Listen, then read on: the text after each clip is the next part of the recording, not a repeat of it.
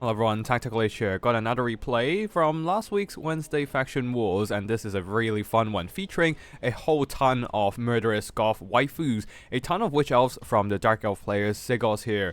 5 whole units actually, one of them the Sisters of Singing Doom. That's probably the max unit of Witch Elves you can bring in battle, and then other than that, a couple Bleak Swords in the front line supported by a bunch of Cold 1 Dread Knights. So this is definitely not the most meta pick of cavalry, but they can definitely do some pretty good work with their AP damage. In the skies, 1 unit of Crows of Cain, and leading the army Malus Darkblade, supported by the Sorcerers of Beast with only Flock of Doom. On the other side for the Grand Cathay army here, led by Olaf the Moose, going with Zhao Ming as the leader. Very standard stuff there with the Dragon's Breath AoE damage. Very good against lightly armored target, especially the Witch Elves, who doesn't have much armor. On the main formation here, or shall we say Cathay box, a whole line of Jade Warriors in front, and then the Peasant Long Spears guarding the rear, a bunch of Jade Warrior crossbows with shields, providing some fire support, plus 2 more units of Crane Gunners to snipe out units from afar. Other than that, for the mobility department, Jade Lancers supporting the flanks, and also 1 single unit of Onyx Crowmen to deal with enemy harpies in case they're deployed on a corner of battlefield. And that's it for the army builds. Now let's get the battle started.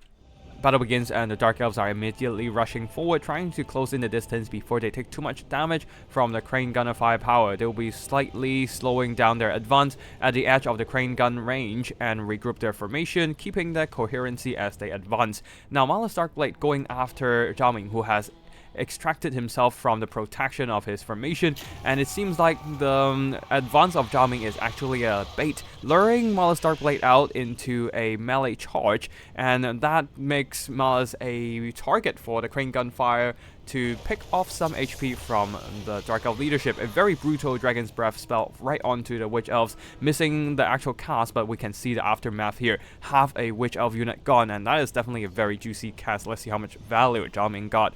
365 gold worth of damage value on a very, very cheap spell in terms of Winds of Magic cost. Definitely a great use of the spell. On the far side, the Crane Guns have switched targets and lighting up those Dread Knights. This forces the Cold 1 Dread Knights to pull back into the tree line, while the rest of the Dark Elf infantry pushes forward. Now, the rest of the Witch Elves will be exposed to the crossbow fire of the Jade Warriors and starts taking quite a bit of damage. Their physical resistance is protecting them a bit, but not by much. Another beautifully placed Dragon's Breath, and this Witch Elf unit is already on the verge of death, straight up routed away from so much damage done to them by magic and crossbows. In the skies there, Onyx Crowmen charging against the Crows of Cain. The Crows of Cain had a really good engagement initially, but then Zhao Ming is here to equalize the fight, and it seems like the Crows will be terror routed, and then the Crowmen can chase them off the map. At the same time, the Witch Elves have made contact with the Grand Cathay box, receiving armor-piercing support from the Cold 1 Dread Knights and activating their own Witch Brew, getting them massive melee attack and weapon damage boost. They're absolutely tearing apart all those poor Jade Lances and Jade Warriors. Normally, the Jade Warriors can hold for a long time with their armor and great melee defense thanks to the Harmony boosting them. But against these murderous Goth ladies who also happen to be on steroids, they're just taking a ton of casualties. The Dark Elves are heavily overloading the Grand Cathay's left flank, giving no quarter at all, even dropping in a Flock of Doom to further drain down those Grand Cathay units. One of the Jade Warriors buckles, exposing a hole in the Grand Cathay box formation, forcing these Peasant Long Spears to push in, trying to use more bodies just to plug the gap and slow down the Witch Elves' advance, but a second unit of Jade Warriors have broken as well.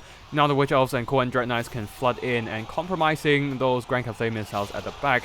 One of the missiles, the Crane Guns, have been routed. The Jade Warrior crossbows are also taking casualties, being dragged into melee that they do not want to be in. To bail out his units, Zhao Ming is fighting in the front lines and sending in those Peasant Long Spears from the other flank, trying to just throw more bodies to slow down the enemy's advance. Though the Witch Elves are still pushing, and they should be able to slaughter those Peasant Long Spears with their anti-infantry bonus, plus now the right flank is relatively unprotected. There's nothing protecting those Crane Guns and Jade Warrior crossbows that pulled away. Yes, they're standing far away from the fight, but the melee units are engaging all in the front lines, and their flanks are all exposed with nothing to intercept enemy cavalry.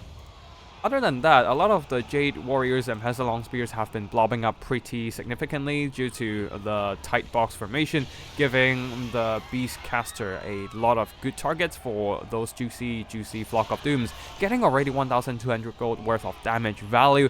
Definitely some very solid work done there. Witch Elves in the front line once again duking out against the Jade Warriors, while the Witch Elves on the other flank are just chasing down, hunting down these fleeing Jade Warrior crossbows and Peasant Long Spears. They'll be moving on to the next targets, including these Jade Warrior crossbows, although the Jade Lancers are here trying to intercept, but a countercharge of the Coin Dread Knights should be able to push them back, allowing the Witch Elves to continue their march into all these missile units. Another Flock of Doom, a 3-for-1 or 4-for-1? 4-for-1 cast Jade Lancers, both of the Jade Warrior crossbows and a Crane Gunner, all taking damage from this very cost-efficient spell. Even the Peasant Long Spears, actually.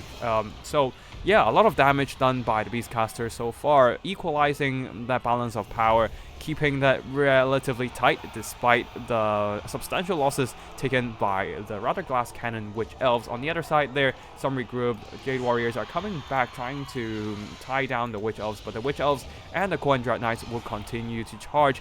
This is a rather awkward stage for the Grand Cathay army. They don't have a lot of mobility. The Jade Lancers have been activated, trying desperately to stop the charge, stop the push of the Witch Elves and Coin Dread Knights, and they have taken a lot of casualties. One of them already shattered, the other still busy protecting those Jade Warrior crossbows here. And that means the routed Crane Guns and Jade Warrior crossbows over here, who have managed to regroup, are not protected by any mobility, no speed or mass to intercept any incoming cavalry charge against them. So the Coin Dread Knights are free to roam around and just catch these missile units off guard. As you can see here, the Coin Dread Knights are able to just circle around the protecting spear unit, running down the Crane Guns right behind them. Even the Beastcaster is dragging some crossbows into melee. Some Jade Lancers trying to save those missiles, but it is unfortunately way too late. Now, Zhao Ming is still relatively healthy, over half health here, duking it out against Malus Darkblade, but he does not want to take that fight.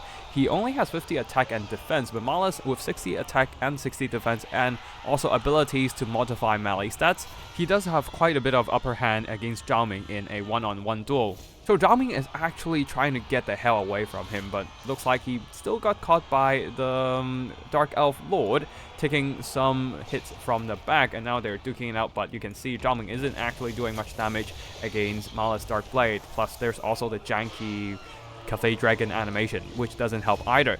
Anyways, another Dragon's Breath attack scorching the Bleak Swords here and flaming out more numbers of the Dark Elf infantry, but seems like Dark Elves are slowly controlling the battlefield, getting more initiative here, having a very healthy, well, relatively healthy mobility Coin Dread Knights here, able to challenge basically anything in melee combat here. Even Zhao Ming himself doesn't want to get surrounded by all these Code 1 cavalry. And the only other remaining mobility of Cathay, the Onyx Crowmen, are no match against these armored riders of the Dark Elves. The Knights for now, being the superior mobility, will focus on chasing down routed units. The Jade Warrior crossbows here have regrouped and managed to find a safe spot and start firing at enemy targets. Some regular Jade Warriors standing nearby ready to protect their comrades in melee, but that close proximity is the problem here. They are quite vulnerable to Flock of Dooms, another 3-for-1 cast, hitting both Jade Warriors and the Jade Warrior crossbows, steadily draining away what's little left of the Grand Cathay forces. Zhao Ming diving down once again to challenge Malus in melee, hoping to get that charge bonus and get the upper hand here, but the Blood Prize has been activated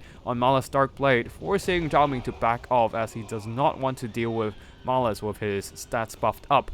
Instead, he'll be going after the much weaker combatant, the Sorceress of Beast, trying to eliminate that spell support from the Dark Elves, but the Dark Elves are sending in their elite cavalry to bail out their caster. The Coin Dread Knights are here, using their mass and speed to just pin down Zhao Ming, preventing him from going after the Beastcaster, while Malus Darkblade here just going on a rampage. He has pushed through the regular Jade Warriors now, disrupting the Jade Warrior crossbows, silencing their firepower. With Zhao Ming busy elsewhere and the Jade Lancers gone, there's simply no mass or speed on the Grand Cathay side to limit the movement of Malus Darkblade. Another Dragon's Breath, thinning out the last bit of the Sisters of Singing Doom. They are on their last legs, but so are the Cathay forces, as one of the Jade Warrior crossbows have been routed away by the Demon's Curse, nuking their leadership. That -10 leadership is just enough to put them into routing territory there. being forced back rather early, and then the Sorcerers of Beast will come in and rout them off, just keep them on the run. Another unit of Jade Warriors have been routed, and now these Jade Warriors are also not doing too hot there. Their leadership dropped just low enough for the terror from the Sisters of Singing Doom to kick in. Army losses hit, and Dark Elves managed to secure victory before Zhao Ming can activate his burst heal. A great game to both players, and now let's have a look at the army performances. The Witch Elves here, 2 of them basically got incinerated by Zhao Ming's Dragon Breaths, so not a lot of value from them. The other 3 got some amazing kill count, especially the Sisters of Singing Doom. Not a lot of damage value though, since they were mostly just killing a bunch of cheap peasant chaff and also Jade Warriors, but the important thing is that they made the kills, thinning out those infantry support of the Grand Cathay army, and allowing the Quan Dread Knights not having to deal with so many of the enemy infantry, and can focus on hunting down important targets like the crossbows, crane guns, and beating up enemy cavalry as well. Actually, the bulk of damage against the Grand Cathay infantry was done by the Sorcerers of Beast. Those consistent Flock of Dooms was so lethal to the closely knitted Grand Cathay army. Everything is basically deployed so close to each other that makes the Grand Cathay box a prime target for all those Flock of Dooms. The health drain of the Flock of Dooms drained down the Grand Cathay infantry, weakened them, and allowing the Witch Elves to score easier kills. Very good synergy between the 2 units there. Mala's Darkblade also dueling Zhao Ming, getting some good value done. The Bleak Swords here, one of them got some good work done as well, while the Crows of Cain unfortunately got beaten up by the combination of Crowman and Zhao Ming early game, so not much was done by them. As for the Grand Cathay army, Zhao Ming basically trying to carry the game by himself with those lethal Dragon Breaths and his Dragon Form annihilating a bunch of Dark Elf units, while the rest of the army here, the Peasant Longspears, one of them did fine, the other not so much. Jade Warriors got out-traded by the Witch Elves, especially when the Witch Elves are overloading them with a ton of melee attack and weapon damage with the activation of Witch Brew and then the Murderous Mastery. For the missile units here, not much to say about them other than this one Crane Gunners, as they were all being heavily pressured by enemy melee, especially after the Witch Elves managed to crack open the Jade Warrior front line. The Jade Lancers here not doing too hot either, while the Onyx Crowman did some good work chasing off the Crows of Cain. That's basically it for today's battle. I hope you all enjoyed the video, and if you want to see similar multiplayer content of Total Warhammer 3, be sure to subscribe to my channel. Thank you for watching, and I'll see you in the next one. Tacticlich signing out.